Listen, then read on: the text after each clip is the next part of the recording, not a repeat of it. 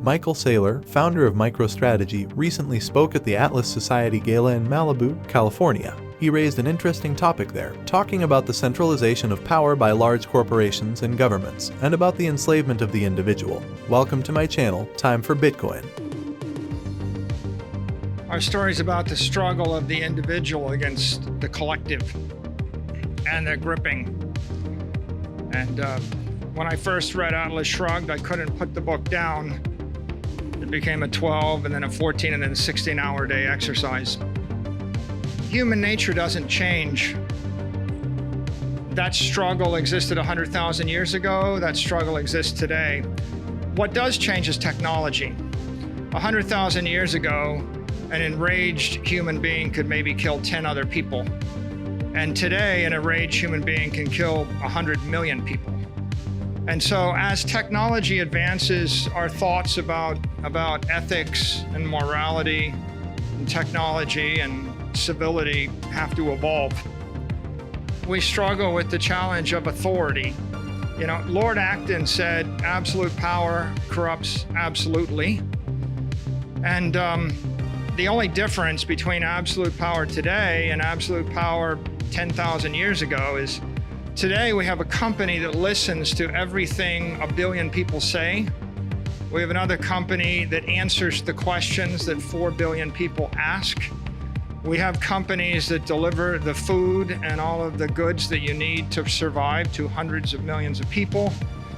We have one company that delivers all of the business software to 80 million corporations, indirectly serving billions and billions of employees. Now, I ask you the question, if you got ejected out of the third biggest country in the world, or if I denied you privileges to live in any of the 5 largest countries in the world, would your life go on? Probably. Now, what if you actually got canceled by Apple, Amazon, Facebook, Google tomorrow? The question is, would your life go on? Stop and think a little bit about what happens if they simply turned off your account, seized your photos, turned off your messages, took your documents. What if Microsoft just denied you access privileges? Could you run a business? Could you work?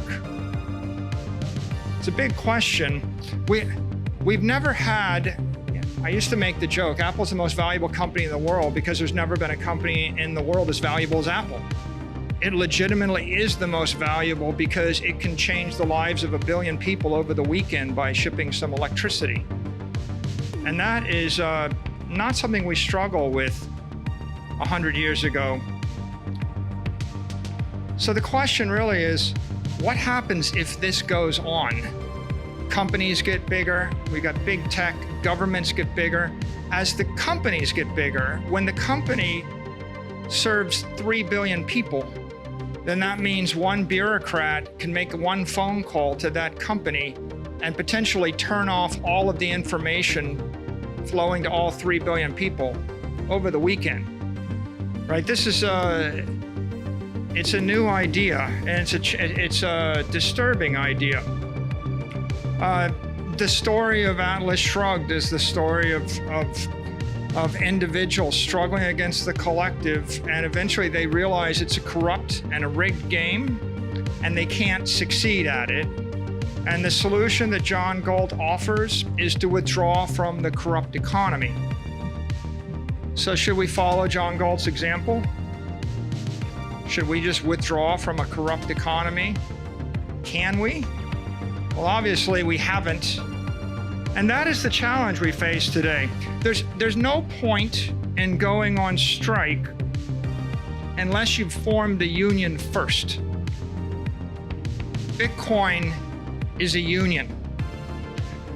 There's a freedom saga in the history of the human race. What is that saga? Somebody grows up, they struggle against the collective, life is oppressive, they can't farm, they can't live, they can't worship, they can't celebrate, they can't breathe. So what do? Well, they go over the horizon. Beyond this horizon, we travel somewhere over the hill. After that, we go to the new world. We get in a ship, You get in a ship, you go to the New World. What happens after you settle the New World? Well, it gets too oppressive on the East Coast. Go west, young man. And we go west. We want to get away from too many politicians, too much government, too many well-intentioned individuals trying to help us with more laws, more government services. Well, in the 20th century, Peter and I are both aeronautical engineers.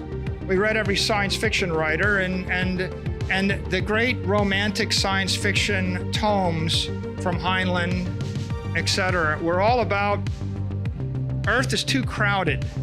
We got to get off this planet. We got to go to space. Elon Musk channels this aspiration every day, but in general, we all grew up thinking that in the 70s and the 80s. Go to space. Now the problem is, it turns out to be fairly expensive to go to space. We didn't quite make it. We figured out how to send millions of people to the New World, and we spent millions of people west, but we couldn't send millions of people to the moon or Mars or the next habitable G-type star. So where is the next frontier for those thirsting for freedom? Cyberspace.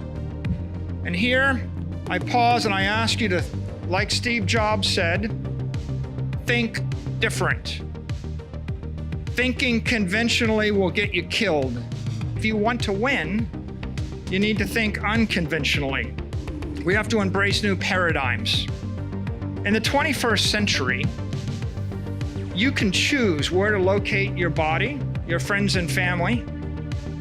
You can choose where to locate your mind. You can spend your time on Twitch, or Netflix, or YouTube, or Reddit, or reading whatever you like.